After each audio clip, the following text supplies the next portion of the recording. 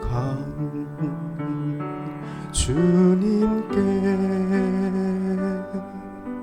기도합니다. 영원한 생명을 주신 주님께 밤의 마른 저곳에 참 사랑이 되신 주 차가운 저곳에 참 소망이 되신 주 경건한 마음으로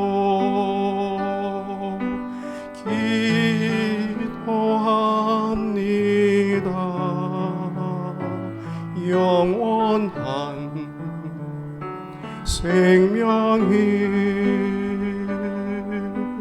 주신 주님께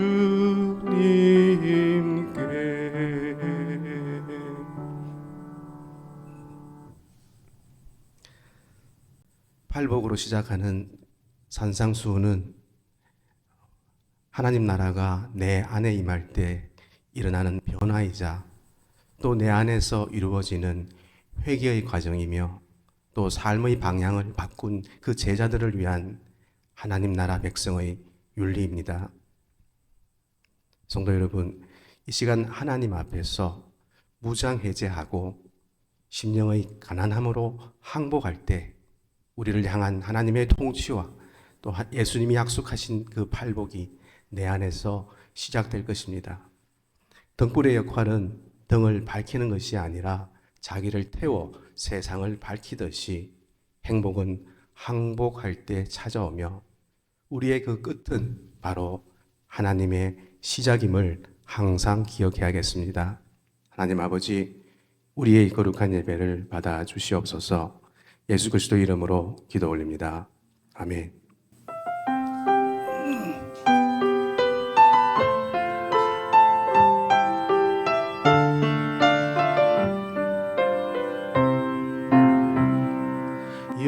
여호와는 너에게 복을 주시기를 원하며 너를 지키시기를 원하시며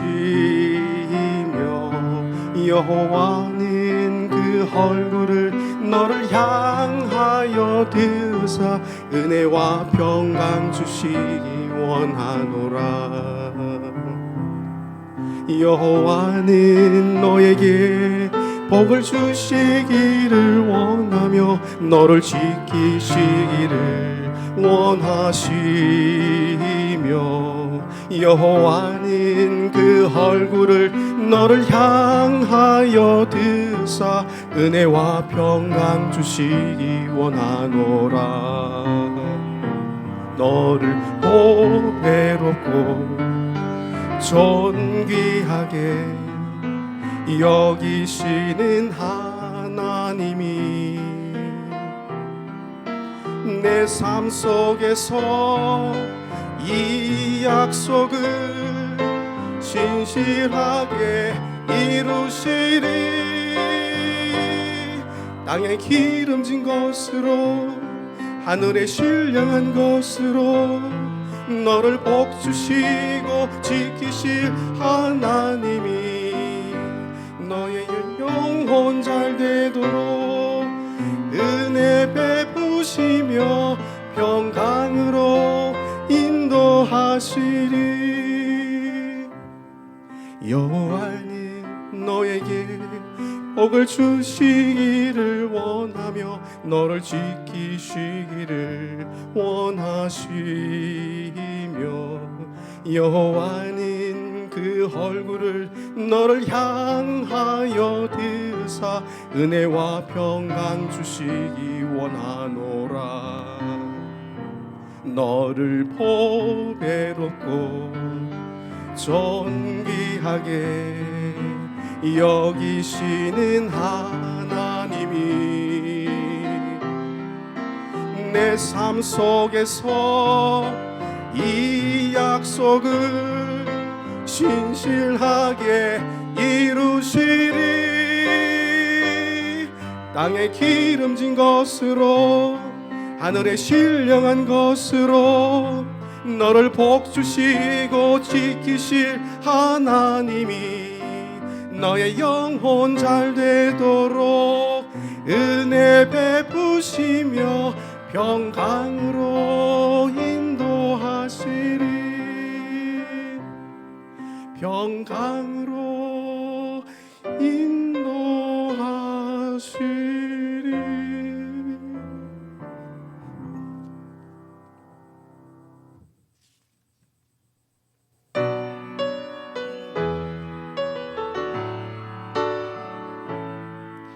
하늘 위에 주님 밖에 내가 사모할 자 이 세상에 없네. 내 마음과 힘은 믿을 수 없네. 오직 한 가지 그 진리를 믿네. 주는 나의 힘이요, 주는 나의 힘이요, 주는 나의 힘이요. 영원히 주를 의지하리. 주는 나의 힘이요, 주는 나의 힘이요, 주는 나의 힘이요. 영원히 주를 의지하리. 영원히. 하늘 위에 주님 밖에 내가 사모할 자 이 세상에 없네. 내 마음과 힘은 믿을 수 없네. 오직 한 가지 그 진리를 믿네. 주는 나의 힘이요, 주는 나의 힘이요, 주는 나의 힘이요. 영원히 주를 의지하리. 주는 나의 힘이요, 주는 나의 힘이요, 주는 나의 힘이요. 영원히 주를 의지하리. 영원히.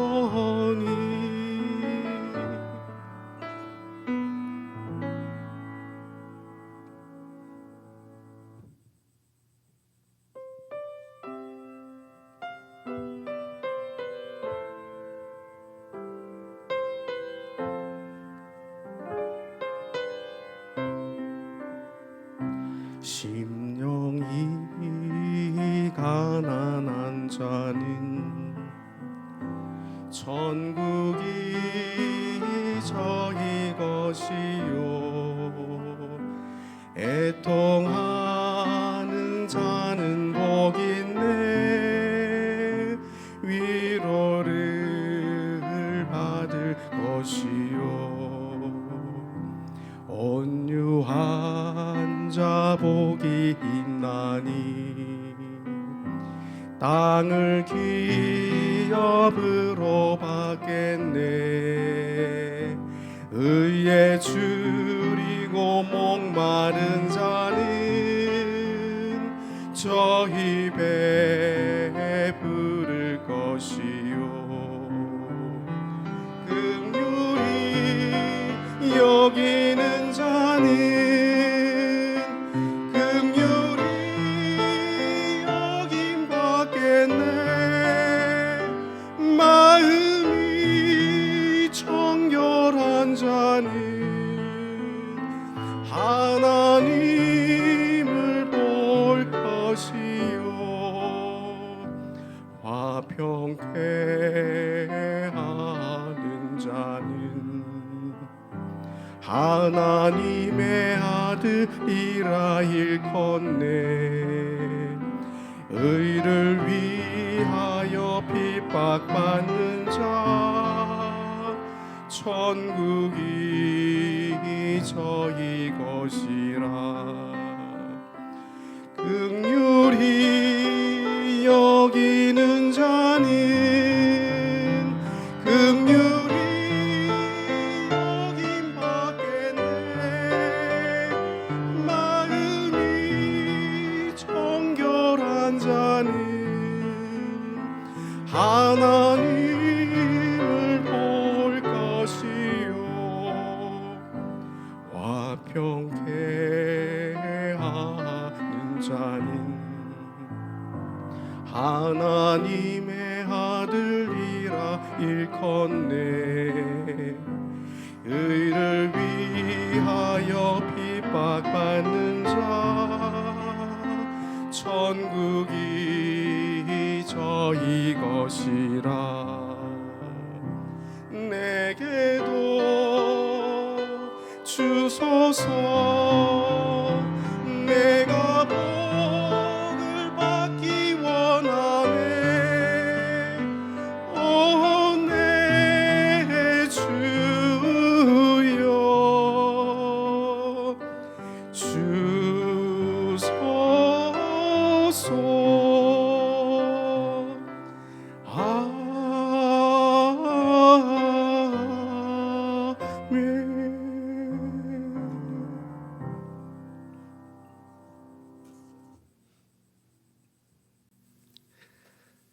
심령의 가난이 복인 것은 부족한 없는 그런 풍요가 아니라 하나님이 아니면 채울 수 없는 것을 말합니다. 자신에 대해 탄식할 줄 알고 세상의 고통에 대해 통감하는 그런 애통의 마음이 복이며 하나님의 뜻에 마음을 조율하는 사람이 복된 사람입니다. 인간의 죄가 낳은 불의하고 부당한 현실 속에서 하나님의 개입을 갈망하며 의의 길을 포기하지 않는 사람이 바로 복된 사람입니다. 성도 여러분, 팔복은 예수님과 같은 사람이 되어가는 복입니다. 하나님께 은혜와 용서와 위로의 체험을 받은 사람은 타인을 긍휼히 여기고 거짓과 사심 없이 진실하게 이웃을 대할 것입니다. 그러므로 세상이 부러워할 그런 행복한 삶이 아니라 주님이 복되다고 하시는 그런 사람이 되어야 합니다. 지금 이 시간 하나님께 올려드리는 이 기도를 하나님 나라의 동력자가 되어 온전한 예배자의 마음으로 팔복의 사람이 되고 팔복의 삶을 살게 해달라는 간구를 함께 합심하여 기도드리겠습니다.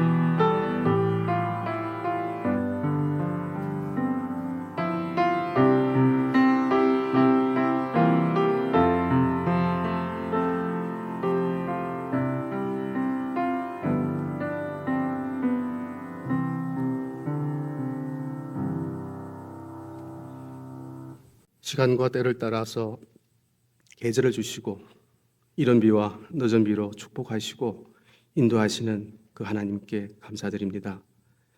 세상 끝날까지 항상 함께하리라 하신 그 주님을 믿습니다. 두세 사람이 모인 곳에 함께 하리라 하신 그 주님을 믿습니다. 이 시간 우리의 마음과 뜻을 모아드리는 이 예배를 받아주시옵고 인도하여 주옵소서. 주님 앞에 머리 숙인 우리 모두를 긍휼히 여겨주시옵고 우리의 마음과 생각을 인도하시고 소망과 기도를 바로 서게 하셔서 우리의 삶을 통하여 주님이 함께 하심을 알게 하시옵고 우리의 소망과 기도 속에 하나님 나라가 세워지게 하옵소서. 하나님 아버지, 주님이 주신 그 은혜와 축복이 나만의 것이 아니라 우리의 것이 되고 또 그것이 소명이라는 생각으로 살기를 원하오며 이 시간에 허락하신 말씀과 또 기도와 이 예배를 통하여 하늘의 영적 양식으로 채워주셔서 광야와 같은 세상을 살아가는데 생명의 양식이 되게 하옵소서. 예수 그리스도 이름으로 기도드립니다. 아멘.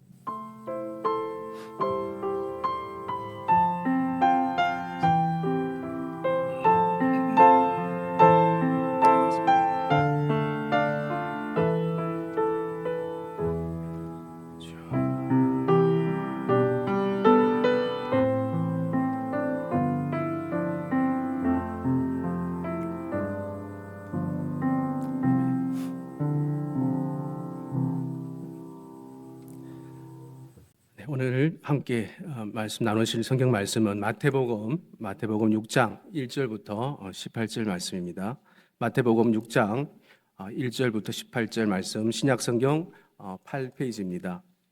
신약 8페이지 마태복음 6장 1절부터 18절 말씀입니다. 자, 한 절씩 나누어 읽도록 하겠습니다. 1절 제가 먼저 읽겠습니다. 사람에게 보이려고 그들 앞에서 너희 의를 행하지 않도록 주의하라.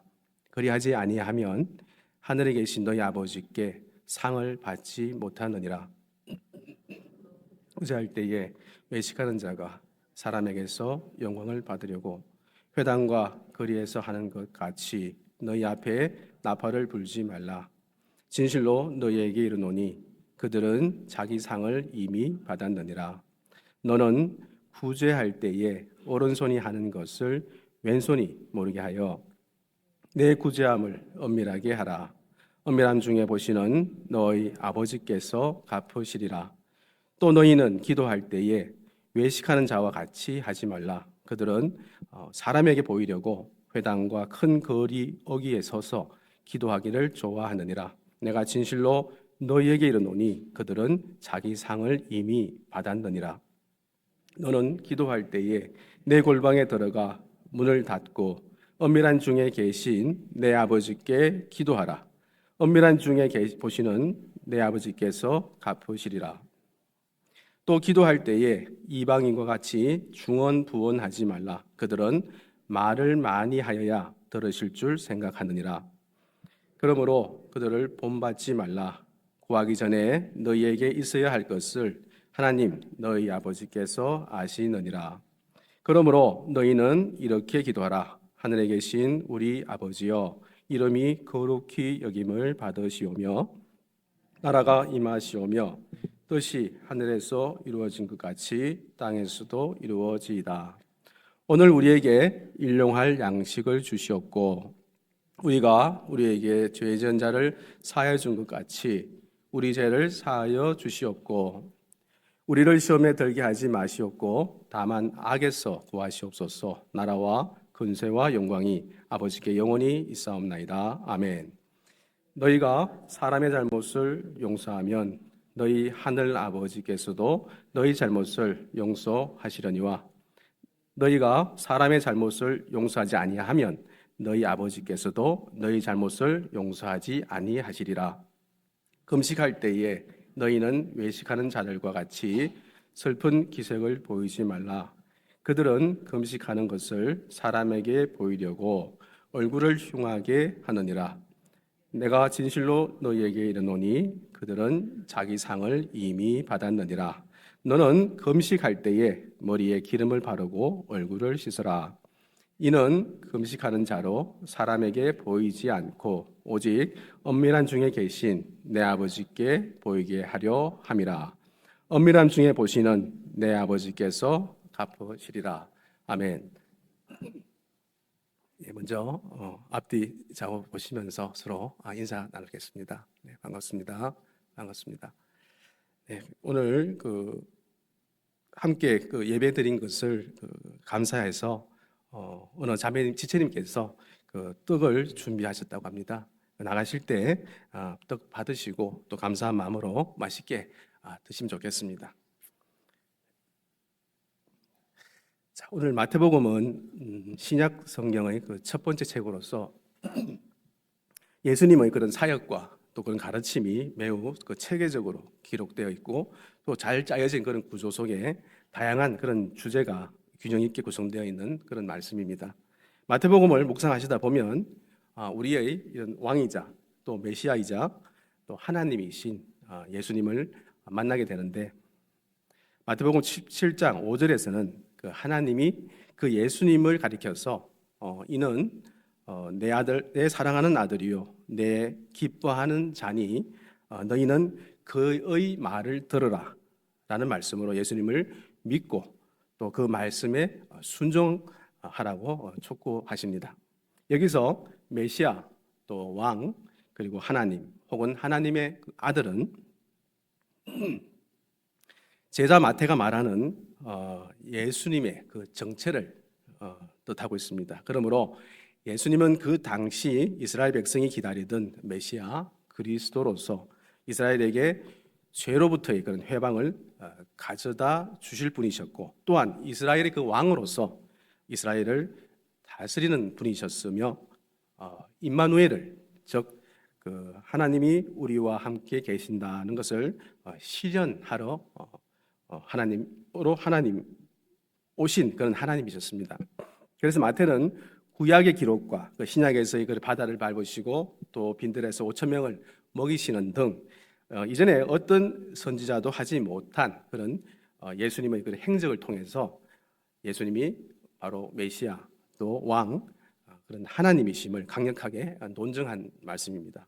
또한 마태는 예수님이 그 구약의 그 모든 예언을 성취하시고 또 구약에서 불완전했던 모든 것을 완성하신 분이심을 아주 치밀하게 그 말씀으로 입증을 하시는데 이 부분은 마태복음에서 반복해서 등장하는 문구가 있는데 이 모든 일이 된 것은 바로 주께서 선지자로 하신 그 말씀을 이루려 하심이라 해서 뚜렷하게 드러나면서 그 외에도 여러 가지 간접적인 방식으로 그런 구약의 내용이 그 예수님을 통해 완성된다는 것이 암시되어 있습니다. 이렇게 예수님은 아브라함 언약과 또 다윗 언약을 성취하셨고 또 율법의 그런 진정한 의미를 가르치셨으며 안식일의 그 주인으로서 참 안식을 또 우리에게 가르쳐 주셨고 또 제 기능을 상실한 그런 건물 성전 대신 친히 완전한 그런 성전이 되셨습니다. 그뿐 아니라 자신의 피로 새 언약을 체결하셨고 또 유월절의 그런 어린 양으로 죽으셔서 완전한 새 출애굽을 이루셨습니다. 이러한 마태복음을 말씀을 따라서 예수님을 이렇게 관찰하게 되면은 예수님이 그 이루어 주신 그 구원이 나와 우리의 어떤 천국행 보장이나 또 내 삶의 문제 해결 그 이상임을 알 수 있는데 예수님은 하나님이 그 구약 시대부터 마음에 품으셨던 모든 계획과 또 이스라엘 백성에게 주신 그 모든 약속을 성취하심으로 그것은 나를 넘어서 우리를 넘어서 온 세상을 원하는 바로 하나님의 큰 일이었던 것입니다. 그러므로 마태복음에서 연결하는 그런 구약의 배경을 공부하며 예수님의 행적을 묵상하다 보면은 예수님이 이루신 일이 그야말로 세상을 바꾸는 광범위하고 또 위대한 그런 성취임을 알 수 있게 됩니다. 자, 그리고 이어지는 예수님의 그런 가르침과 또 오심의 그 배경으로는 하나님의 말씀에 순종하지 않고 언약을 어긴 이스라엘 백성의 그 실패를 끝내고 그들을 회복시키러 오셨다는 것입니다. 이를 위해서 예수님은 이스라엘과 하나가 되셨는데 예수님이 애굽으로 내려가시고 또 영아살에 그 위협을 당하신 것은 바로 자신의 그 생애에 이스라엘의 역사를 담으신 것이었으며 또한 예수님은 세례를 받으심으로 이스라엘 백성과 연합하셨고 이스라엘이 40년간 지냈던 그런 광야에서 다시 사셨습니다. 그런데 이스라엘이 하나님께 불순종했던 그 광야에서 예수님은 또 마귀의 또 시험을 이기시고 하나님의 말씀에 온전히 순종하심으로 이스라엘의 그런 불순종을 순종으로 뒤집으심으로써 이스라엘 백성은 바로 그 예수님 안에서 하나님께 순종하는 새 백성으로 또 새롭게 회복되었습니다. 자, 이렇게 탄생한 새 이스라엘 그 순종의 공동체가 바로 교회입니다. 그리고 예수님은 교회가 순종해야 할 그 율법의 참 의미를 가르치시고 또 옛 이스라엘의 종교 지도자들이 곡해한 그 율법을 바로잡으셨는데, 자, 이렇게 이스라엘의 회복과 또 그 개혁을 위해서 다시 가르치신 그 율법이 바로 산상수훈에 기록되어 있습니다. 그 내용은 하나님을 향한 그런 가식 없는 사랑과 또 이웃을 향한 그런 제한 없는 사랑이라고 할 수 있습니다. 이로써 하나님 앞에서 외식하면서 사랑해야 할 그 이웃을 제한했던 그 옛 이스라엘 교사들의 그런 왜곡된 가르침을 바로 잡으셨는데, 여기에서 그 산상수훈이 교훈하는 바는 하나님의 백성이 어떻게 살아야 하는지, 또 교회가 또 진정한 천국 공동체가 되려면 무엇을 해야 하는지를 알고 깨달아 우리 모두가 진정한 하나님의 백성이 되기 위해서 이 산상수훈을 자신의 또 우리의 그런 삶의 지표로 삼으라고 말씀하셨습니다. 그리고 5장부터는 이런 복경적인 그 예수님의 그 사역이 소개되는데, 제자 마태는 지금까지 예수님이 하나님 나라를 가져오신 그런 메시아임을 선포했지만, 이제 그 예수님은 새 나라에 그런 걸맞는 새 백성의 그 삶을 규정하는 그 새 질서를 선포하시는데, 그 중심에 팔복이 그 선포의 첫머리를 장식하게 됩니다. 여기서 제자 마태는 예수님의 그 5개의 가르침을 5장, 6장, 7장에서 첫 번째 가르침을 주셨고, 또 10장에서 두 번째 가르침, 또 13장에서 세 번째 가르침, 18장에서 네 번째, 24장, 25장에서 다섯 번째 가르침을 소개하는데, 산상수훈의 팔복은 그 중에서 가장 긴 첫 번째 예수님의 가르침의 말씀입니다. 조금 전 짧게 소개한 이런 산상수훈의 그 주제는 바로 하나님 나라인데, 하나님 나라에 속한 백성들의 그런 존재 방식과 또 존재 목적, 또 의무와 경계 등이 포함되며, 이 주제를 다시 정리해 보면은 하나님께 부름받은 백성들이 추구하는 그 하나님 나라의 그 삶의 가치를 말씀하고 있습니다. 이렇게 팔복으로 시작하는 5장 전체의 내용이 하나님 나라에 들어온 그 제자들이 타인과의 그런 관계에서 취해야 할 그런 신앙의 새로운 그 신앙 윤리, 그리고 새로운 그런 삶의 방식에 초점을 두었다면은, 오늘 우리가 함께 나누게 될 본문 6장 말씀은 하나님 나라에 들어온 그 제자들의 하나님과의 관계를 주목하고 있는데, 그 대표적인 주제로 바로 구제, 그리고 기도, 그리고 금식이 등장합니다. 이 세 가지 주제는 모두 그 구약의 율법이 상세히 규정하고 있는 그 주제들이며, 마태복음 5장 20절과 또 5장 47절에서 선포되었던 그 서기관과 바리새인들보다 더 나은 의, 그리고 남보다 더 하는 의가 그 당시 종교 지도자들의 그런 의와 비교해서 더욱 구체화되었지만은, 결론적으로 5장 20절과 5장 47절이 말하는 그 의의 핵심은 바로 하나님과의 그런 올바른 관계를 의미하고 있습니다. 결국 이 세 가지 주제는 예수님 당시 그 종교 지도자들이 자신들의 그 의의를 확인하는데 그토록 중요시 여겼던 그런 경건의 형식들이 되었고, 결과적으로 하나님이 아닌 사람에게 보이려고 행하는 바로 그 외식이 되고 말았던 것입니다. 여기서 외식하는 자의 뜻을 우리가 해석해 보면은 한자로 겉외, 그리고 꾸밀 식자로서 겉만 꾸미는 자, 겉과 속이 다른 자를 가리킵니다. 입술로는, 겉으로는 하나님을 믿는 것 같지만은 참 신앙인인 듯 행동하지만 하나님의 말씀대로 행하지 않는, 그러니까 마음은 그렇지 않은 예수님 당시 위선적이고 그리고 거짓된 그리스도인들인 바로 대제사장, 또 서기관, 바리새인 등을 가리켜서 말하고 있습니다. 자, 이제 본문 6장에서 나누게 될 말씀은 참된 경건을 위한 그런 구제, 기도, 금식은 어떻게 하는 것인가인데, 여기서 어떻게 하는 것인가의 그 기준은 바로 누구 앞에서 하느냐입니다. 그 기준은 사람이 알도록 드러내느냐, 아니면 하나님이 보시도록 엄밀히 행하느냐에 있는데, 본문 6장 우리 1절에서 18절 말씀에서 예수님은 하나님 앞에서 의로운 그런 참된 경건의 태도 방식을 명령하셨습니다. 자, 그럼 지금까지 우리가 확인해 보았던 이 말씀인 마태복음의 이런 바탕 위에서 참된 경건을 위한 그런 구제, 기도, 금식 세 가지 중에서 기도는 우리가 어떻게 하는 것인지 그 기도에 대해서 나누어 보겠습니다. 성도 여러분, 기도란 무엇입니까? 기도는 나와 하나님 아버지와의 그런 관계를 확인하는 것에서부터 시작합니다.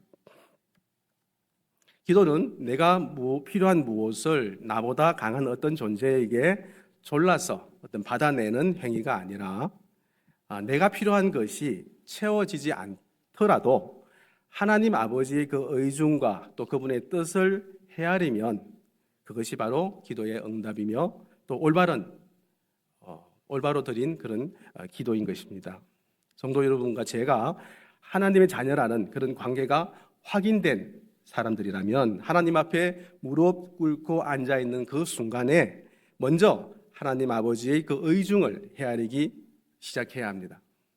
기도는 바로 여기서부터 출발하는 것입니다. 성도 여러분과 제가 그리고 많은 그런 각각의 사람이 그들 각 사람의 그런 삶의 여정 속에서 어떤 소원을 품고 있는가에 따라 그 사람이 누군가의 그런 가가 정의됩니다. 그리고 그 소원은 바로 기도로 나온다는 것입니다. 이와 같이 우리가 가진 이런 소원과 우리가 하고 있는 이 기도에 따라서 우리가 정의됩니다. 즉 우리의 생각과 마음이 나타난다는 것입니다. 그러므로 예수님이 그리스도인인 우리에게 마태복음 6장 5절부터 15절에서 말씀하신 너희들은 이렇게 기도해라, 이런 소원을 갖고 살아야 한다라고 가르치신 그 주기도문을 정확히 알고 파악하게 되면은 우리가 누구인지 하나님이 우리에게 무엇을 바라시는지 밝히 알 수 있다는 것입니다. 그래서 오늘은 그 주기도문의 그 내용에 있는 하늘에 계신 우리 아버지여라고 부르는 그 말씀의 그 의중을 나누어 보겠습니다. 주기도문은 성경에서 마태복음 1장과 또 마태복음 6장 그 두 군데에 나오는데 우리는 오늘 마태복음 6장의 그 내용으로 살펴보겠습니다. 하지만 그 전에 누가복음 11장 1절 말씀에서 한 가지만 짚어보고 넘어가겠습니다. 누가복음 11장 1절 예수께서 한 곳에서 기도하시고 마치심에 제자 중 하나가 여짜오되 주여 요한이 자기 제자들에게 기도를 가르친 것과 같이 우리에게도 가르쳐 주옵소서. 이 말씀에서 예수님의 제자들이 예수님에게 기도를 가르쳐 달라고 하는데 그 제자들은 바로 유대인들이었습니다. 그 당시 유대인들은 이미 기도를 많이 하고 있었고 기도가 무엇인지 잘 알고 있었습니다.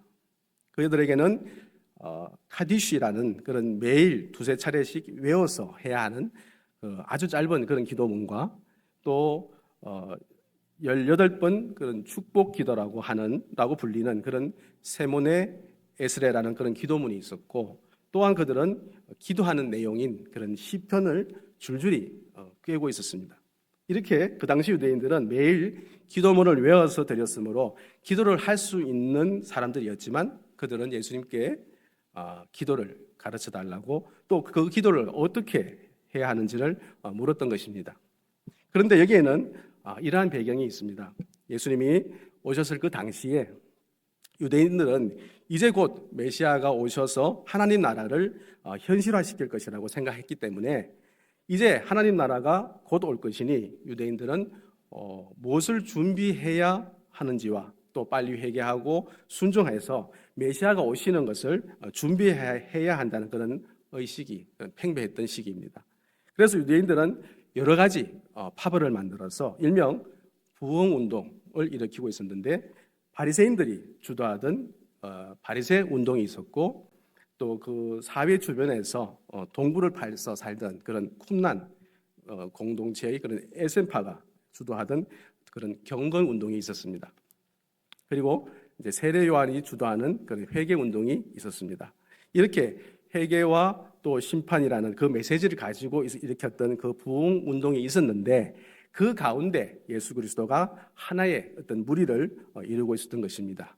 자, 이러한 여러 파벌들은 자기들의 어떤 슬로건이나 또 신앙적인 노선, 또 소망이나 그 이상을 담아서 기도문을 만들어서 우리는 무엇을 추구하고 있는가를 자신들의 그런 구성원들에게 가르치고 있을 때, 이제 예수 그리스도의 제자들도 점점 더 많아졌고, 그들이 한 무리를 이루었으므로 누가복음 11장 1절 말씀에 그 제자들이 그 내용을 부탁하는 것입니다. 선생님, 우리들의 슬로건이 무엇입니까?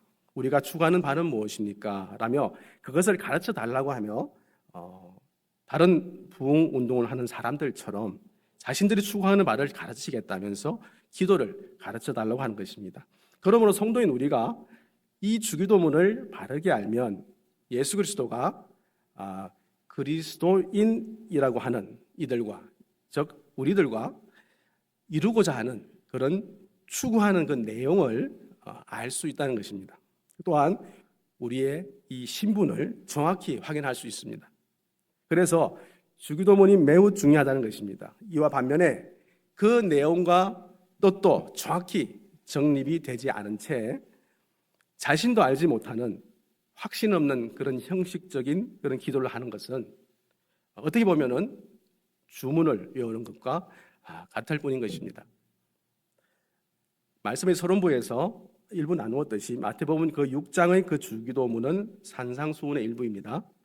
5장부터 사장수훈이 나오는데 그 가운데 나오는 그 기도문이 주기도문이라고 먼저 나누었습니다. 그렇다면 이 산상수훈이 성경에서 어떤 맥락에 있는가를 우리가 확인하면 좀 더 이해하기가 쉬울 것이고, 또 이제 이 성경에서의 이런 산상수훈의 이런 맥락을 우리가 한번 짚어보겠습니다. 마태복음뿐만 아니라 요한, 누가, 마가복음 이 사복음서에 나오는 이 예수 그리스도의 이 생애는 이스라엘의 그런 출애굽 사건을 그대로 이야기하고 있습니다. 마태복음 1장에 예수 그리스도의 족보가 나오고, 또 2장에서 예수 그리스도가 애굽으로 가시는데 애굽에서 이스라엘 백성이 출애굽하는 그 사건을 그대로 완성하면서 가시는 것입니다. 또 애굽으로 가셔서는 홍해를 건너시는데 그 세례를 받는 것이 그 홍해를 건너는 것을 의미합니다. 그리고 3장에서 예수님이 세례를 받는 것은 공생애를 시작하신 그 30세 때였는데, 그 많은 시간 차가 있음에도 2장과 3장을 붙여놓은 것은 바로 이 이야기를 설명해 주기 위한 것입니다. 그러니까 애굽에서 나오자마자 3장에서는 세례를 받으시고 바로 광야에서 시험을 받으시는데, 예수님이 광야에서 시험을 받는 것은 이스라엘이 40년 동안 광야 생활을 해야 했던 것과 동일합니다. 신명기 8장 2절 말씀에서는 그들을 낮추시고 시험하기 위해서라고 나와 있는데, 그 시험을 바로 예수님이 완성하시는 것입니다. 그리고 신명기 8장 3절 말씀에서 그 이스라엘은 사람이 하나님의 말씀으로 살아야지 떡으로만 사는 것이 아니다라는 것을 이해하지 못하고 실패했지만은 예수님은 그 시험을 결국 완성하십니다. 그리고 산으로 가셨습니다. 그 산에서 예수님은 그리스도인은 어떻게 살아야 하는가를 가르쳐 주셨는데 바로 그것이 산상수훈입니다.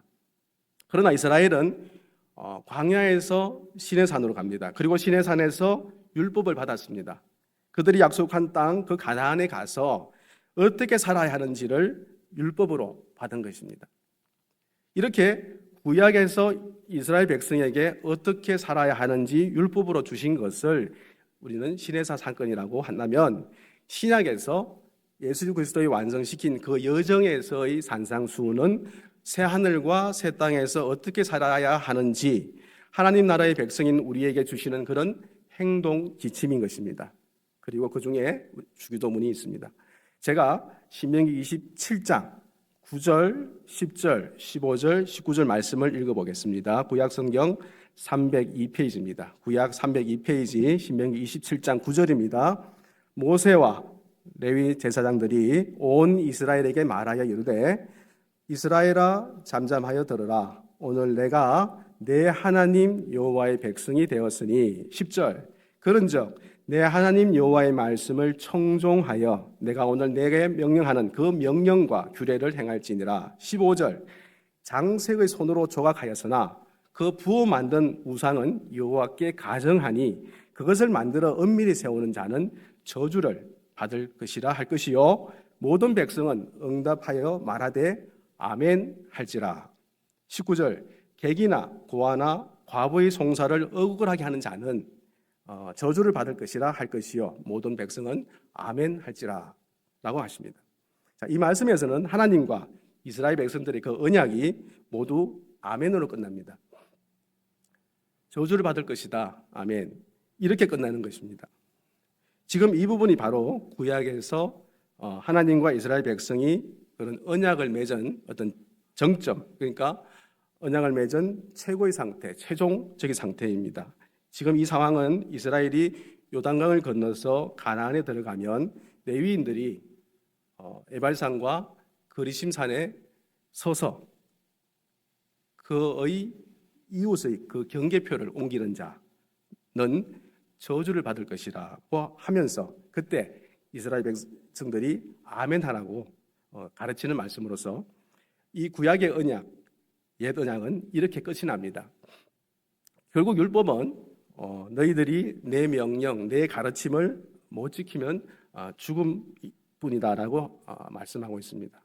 그런데 신약에서 하나님의 그 언약은 심령이 가난한 자는 복이 있나니로 바뀝니다. 심령이 가난한 자는 복이 있나니를 우리가 헬라 원어로 해석하면은 복 있는 자여로 시작되는데 복 있는 자여 그대는 심령이 가난하니 예수 그리스도로 인하여 복이 있게 된 자여 너희는 그 심령이 가난한 자이고 또 애통하는 자이다라고 하며 그들이 하나님 나라에서 어떻게 살아야 하는지를 보여주는 것이 바로 산상수훈입니다. 신명기 31장 19절 구약성경 312페이지입니다. 신명기 31장 19절 말씀에 그러므로 이제 너희는 이 노래를 써서 이스라엘 자손에게 가르쳐 그들의 입으로 부르게 하여 이 노래로 나를 위하여 이스라엘 자손들에게 증거가 되게 하라고 하면서 하나님이 모세에게 이스라엘 백성으로 한 노래를 외워서 이렇게 부르게 하라고 가르친 말씀입니다. 여기서 증거를 노래하는 이 내용은 바로 우리는 이렇게 불순종하고 불가능한 존재입니다라는 그 내용을 쓰고 외워서 부르게 하신 것입니다. 자, 그런데 신약에서는 이 주기도문을 부르게 합니다. 그래서 우리가 지금도 그 노래를 부르며 기도하고 있는 것입니다. 이 주기도문의 내용에는 7가지의 기도 제목이 들어 있습니다. 하늘에 계신 우리 아버지여라고 아버지를 부르시고 나서 첫 번째 기도 제목을 올리는데 첫 번째는 이름이 거룩히 여김을 받으시오며입니다. 두 번째는 나라가 임하시오며이고 세 번째는 뜻이 하늘에서 이루어진 것 같이 땅에서도 이루어지이다이며 네 번째는 오늘 우리에게 일용할 양식을 주시옵고이고 다섯 번째는 우리가 우리에게 죄 지은 자를 사하여 준 것 같이 우리 죄를 사하여 주시옵고 여섯 번째 우리를 시험에 들게 하지 마시옵고 일곱 번째 다만 악에서 구하시옵소서입니다.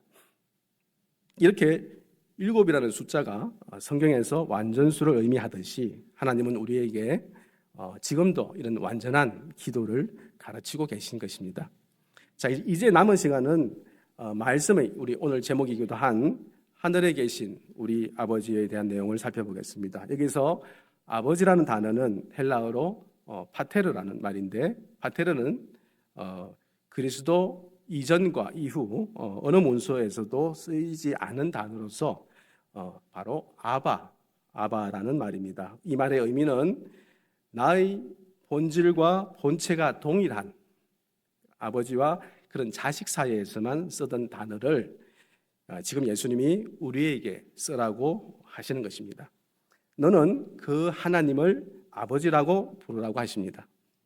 본질과 본체가 같으신 그 삼위일체의 하나님, 그 사이에 있었던 그 대화에 우리를 끌어들이시는 것입니다. 그러므로 기도는 창조자와 그 피조물 사이에서 피조물이 창조주에게 하나님 나 이거 주세요라는 그런 내용이 아니라 창세전부터 예수 그리스도와 하나님 사이에 있었던 그 대화 안으로 우리를 초청하시는 것입니다.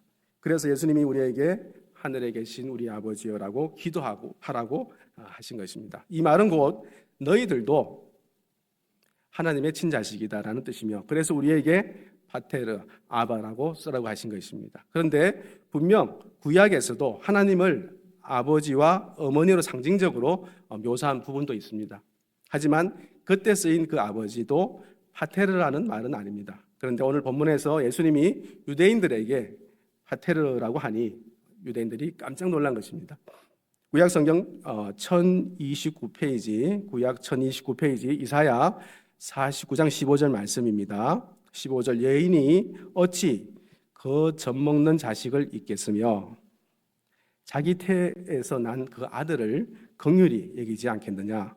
그들은 혹시 잊을지라도 나는 너를 잊지 아니할 것이다. 이 구절에서 하나님의 어머니를 여인을 상징하는 말을 써서 그분을 그 하나님을 설명하고 있습니다. 그리고 이사야서 64장 8절 구약 1046페이지 말씀에서는 이사야 64장 8절입니다. 그러나 여호와여 이제 주는 우리 아버지시니이다. 우리는 진흙이요 주는 토기장이니 우리는 다 주의 손으로 지으신 것이니이다. 자, 이 말씀에서 아버지라는 말을 직접 쓰고 있습니다. 그런데 구약에서 쓰인 그런 아버지라는 그 단어에 상징적으로 가르쳐 주신 아버지, 어머니는 우리의 창조자, 그러니까 구원자라는 의미로만 쓰이는 것입니다. 그들은 이렇게 예수님이 쓰신 그 파테르라는 단어처럼 하나님을 내 본질, 본체가 같은 그런 나의 아버지라고 하지 않았는데 그 이유는 바로 불경스럽다고 여겼기 때문입니다. 그래서 책을 읽다가 하나님이라고 나오면은 곧바로 아도나이라고 바꿔서 부르면서 하나님의 이름조차도 못 부른 그런 자들이었습니다.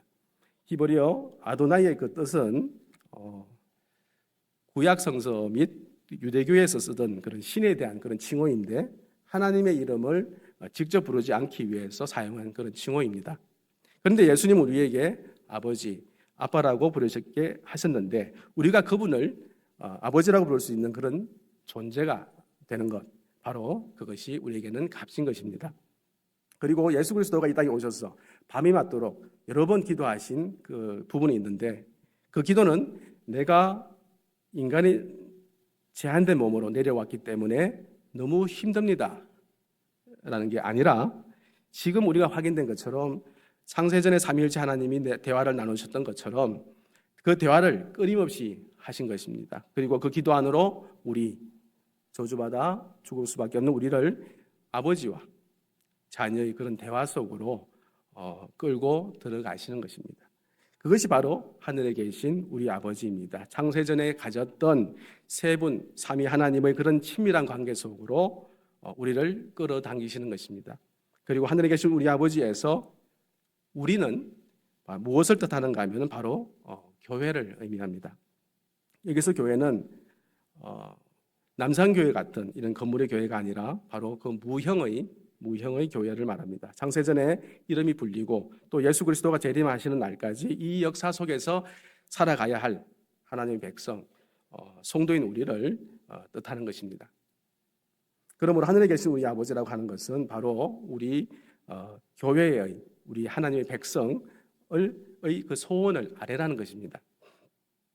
그렇다면 교회의 그 소원은 무엇입니까?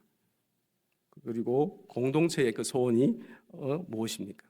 지난 시간에 우리가 몇 차례 나눴던 말씀 중에 하나님을 향한 인간의 최고의 목적, 하나님을 향한 성도의 그 첫 번째 그 신앙 고백은 바로 하나님을 영화롭게 하고 또 영원토록 그분을 즐거워하고 영원토록 그분을 기뻐하는 것이라고 하였습니다. 모든 기도는 저렇게 이와 같이 실현되어야 한다는 것입니다. 물론 우리의 필요를 따라 기도하는 것은 맞습니다. 하지만 중요한 것은 그 소원이 이루어지든 안 이루어지든 거기서 머물지 말고 그 일들을 통해서 하나님이 우리에게 알려주시고자 하시는 그런 뜻과 그 의중까지 가야 한다는 사실입니다. 그것이 바로 우리의 소원이 된다는 것입니다. 하나님의 그런 뜻과 하나님의 의중을 헤아리고 알아서 하나님의 소원이 우리의 삶을 통해 이루어지는 것을 말하는 것이며, 이것이 우리는 기도라고 합니다. 어떻게 해서든지 나와 또 가족의 그런 목표와 또 계획과 또 성공과 또 안위만을 위해서 하나님께 매달려서 받아내는 것이 기도가 아니라는 것입니다. 마지막으로 기도는 관계에서 시작되는 것이다라는 이런 내용을 살펴보면서 말씀을 정리하겠습니다. 누가복음 11장 5절부터 13절 말씀입니다. 누가복음 11장 5절부터 13절 신약 111페이지입니다. 저와 여러분이 이 말씀은 함께 나누어서 한번 읽어보도록 하겠습니다. 누가복음 11장 5절부터 13절 말씀입니다. 신약 111페이지입니다. 5절 제가 먼저 읽겠습니다. 또 이르시되 너희 중에 누가 벗이 있는데 밤중에 그에게 가서 말하기를 벗이여 떡 세 덩이를 내게 구워달라. 여행 중에 내가 왔으나 내가 먹을 것이 없노라. 그가 안에서 대답하여 이르되 나를 괴롭게 하지 말라. 문이 이미 닫혔고 아이들이 나와 함께 침실에 누웠으니 일어나 내게 줄 수가 없노라 하겠느냐. 때문에 인하여서는 일어나서 주지 아니할지라도 그 간청함을 인하여 일어나 그 요구대로 주리라.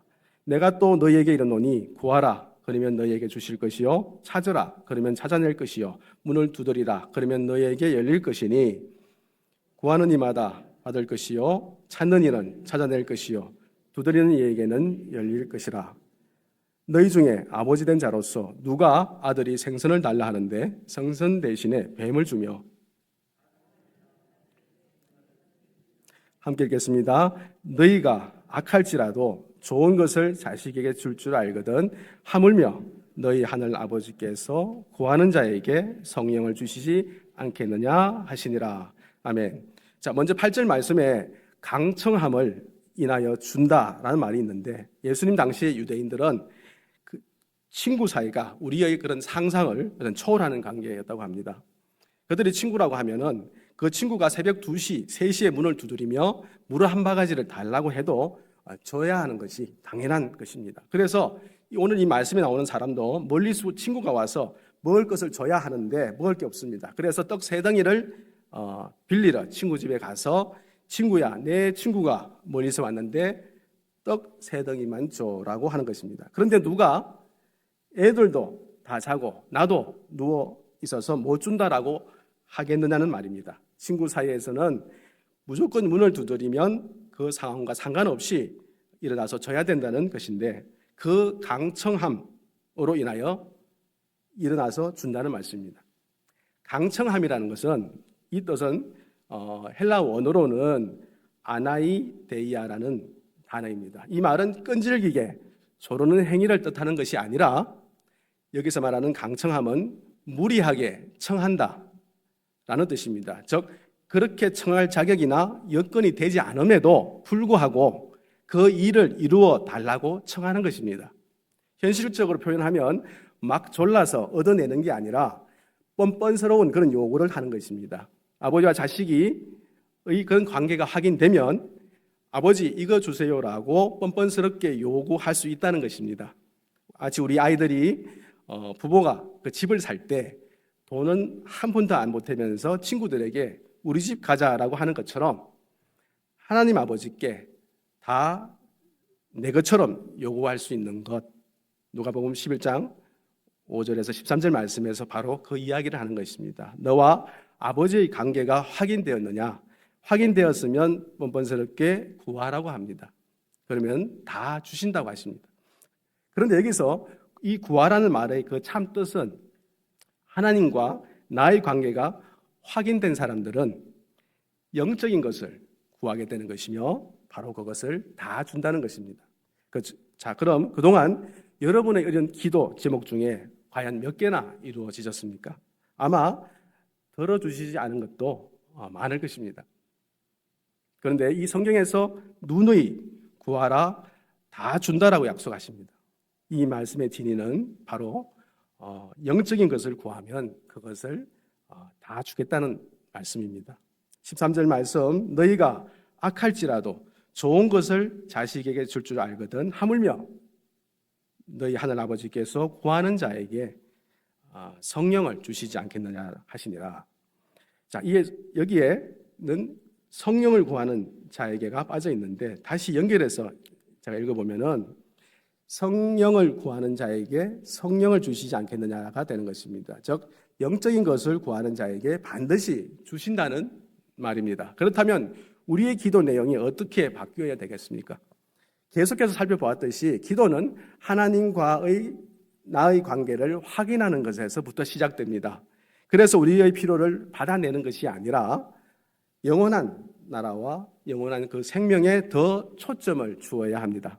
우리의 그런 필요를 구하는 기도를 하더라도 그 안에서 하나님의 뜻과 그 의중을 먼저 헤아리는 그런 하나님의 자녀들만의 그런 장막 안으로 우리가 들어가야 된다는 것입니다. 자, 성도 여러분, 오늘 함께 나누었던 이 말씀의 주제인 하늘에 계신 우리 아버지여,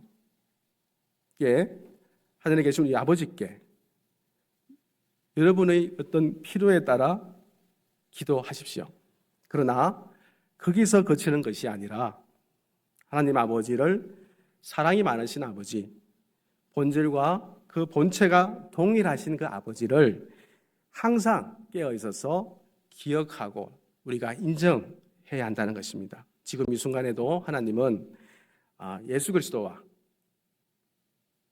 여러분과 저를 아주 미세한 차이도 없이 같은 수준으로 대하고 계신다는 것입니다. 그러면 그러한 아들이요 또 우리가 딸이라는 것을 확인한 우리 성도님들은 이 시간 이후로는 무엇을 구할 것인지의 그 질문의 답은 성도님 각자의 몫으로 남겨놓겠습니다. 그리고 이 시간 우리가 나누었던 산상수훈의 그 교훈하는 교회가 하나님의 백성이 어떻게 살아야 하는지, 그리고 교회가 참된 하나님 나라 그 공동체가 되려면 무엇을 해야 하는지를 매일의 그런 성경 말씀 묵상과 또 그 기도 가운데 알고 깨달아서 우리 모두가 진정한 그 하나님의 그 백성이 되기 위해서 산상수훈을 성도님들의 그런 삶의 그런 지표로 삼으실 것을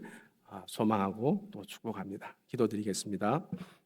하나님 아버지, 이 시간 하늘에 계신 우리 아버지여라는 그 제목으로 말씀을 전하고 나누게 하시니 감사드립니다.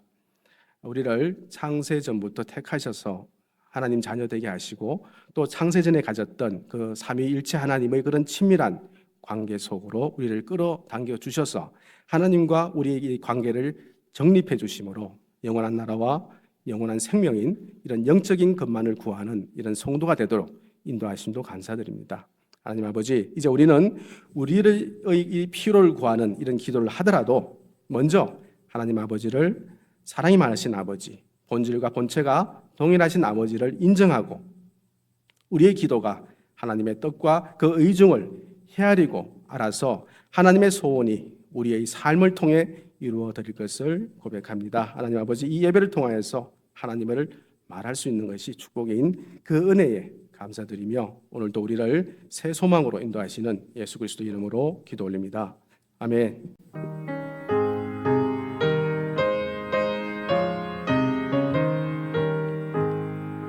영광의 왕께 다 경배하며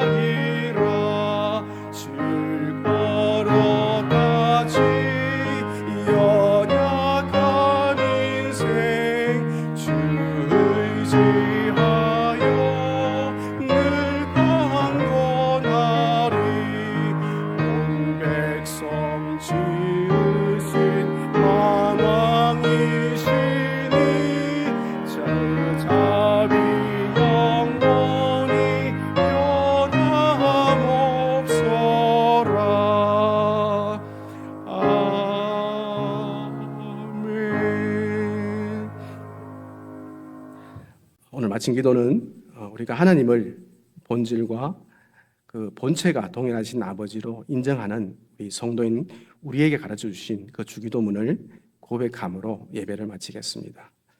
하늘에 계신 우리 아버지여, 이름이 거룩히 여김을 받으시오며 나라의 임하옵시며 뜻이 하늘에서 이루어진 것 같이 땅에서도 이루어지이다. 오늘날 우리에게 일용할 양식을 주옵시고 우리가 우리에게 죄 지은 자를 사하여 준 것 같이 우리 죄를 사하여 주옵시고 우리를 시험에 들게 하지 마옵시고 다만 악에서 구하시옵소서. 내게 나라와 권세와 영광이 아버지께 영원히 있사옵나이다.